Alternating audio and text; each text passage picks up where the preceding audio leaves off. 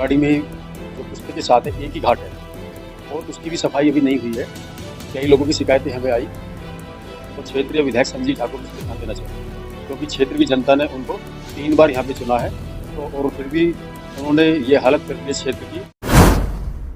राजधानी दिल्ली में छठ पूजा हो या फिर गणेश चतुर्थी, ऐसी स्थिति में श्रद्धालुओं को कई प्रकार की समस्याओं से इसलिए जूझना पड़ता है क्योंकि दिल्ली में एनजीटी के आदेश होने के तहत यमुना नदी में मूर्ति विसर्जन करना वर्जित कर दिया जाता है।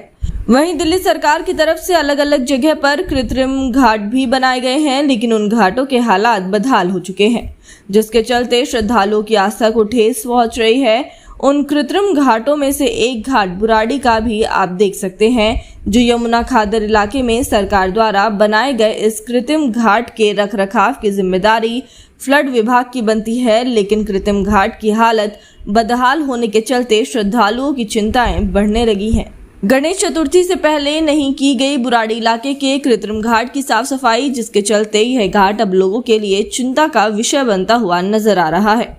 गणेश चतुर्थी से करीब 10 दिन लगातार गणेश पूजा पाठ घर में की जाती है। उसके बाद मूर्ति विसर्जन श्रद्धालु इच्छा अनुसार मूर्ति विसर्जित करते हैं, लेकिन बुराड़ी का इकलौता यह है कृत्रिम घाट के हालात आप देखकर हैरान रह जाएंगे।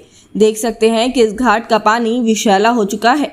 घाट के चारों तरफ गंदगी ही गंदगी फैली हुई है और वहीं बड़ी बड़ी घास और झाड़ियां होने के चलते यहाँ अक्सर जहरीले जीव जंतु लोग घूमते हुए दिखते हैं, जिससे यहाँ बड़ा हादसे का खतरा भी मंडरा रहा है। आज गणेश चतुर्थी है और 10 दिन तक लगातार गणेश पूजा के बाद मूर्ति विसर्जन भी होगा। ऐसी स्थिति में जो लोग भगवान श्री गणेश की पूजा अर्चना करते हैं, उसके बाद मूर्ति का विसर्जन करने का समय आता है तो वह श्रद्धालु मूर्ति अपने साथ लेकर कई किलोमीटर दूर कई घंटे सिर्फ उस स्थान को ढूंढते हैं जहां पर वह मूर्ति विसर्जित कर सके। देखिए, हमारे यहाँ पे बुराड़ी में जो पुस्तक के साथ है एक ही घाट है और उसकी भी सफाई अभी नहीं हुई है।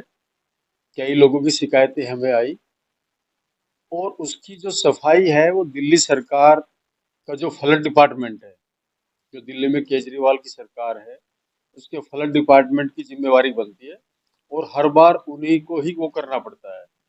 तो श्रद्धालुओं को बड़ी दिक्कत का सामना करना पड़ता है कि वहाँ पे जंगल का एरिया है, घास फूस खड़ा है, सांप भी हो सकता है वहाँ पे। तो सरकार को इस पर संज्ञान लेना चाहिए और क्षेत्रीय विधायक संजीव ठाकुर को इस पर ध्यान देना चाहिए, क्योंकि क्षेत्र की जनता ने उनको 3 बार यहाँ पे चुना है तो और फिर भी उन्होंने ये हालत कर दी है क्षेत्र की।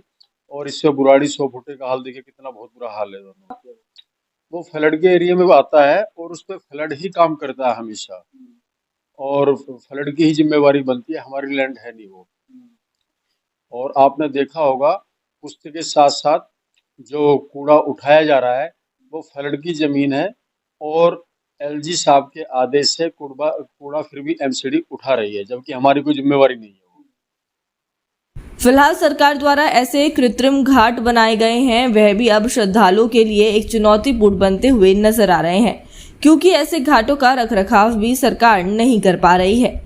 ऐसी स्थिति में आखिरकार श्रद्धालु किस जगह जाएं? यमुना नदी में पहले ही एनजीटी के सख्त दिशा निर्देशों के बाद मूर्ति विसर्जन पर रोक लगा दी है और वहीं दिल्ली सरकार की तरफ से बनाए गए कृत्रिम घाट भी अब बदहाली की मार झेल रहे हैं।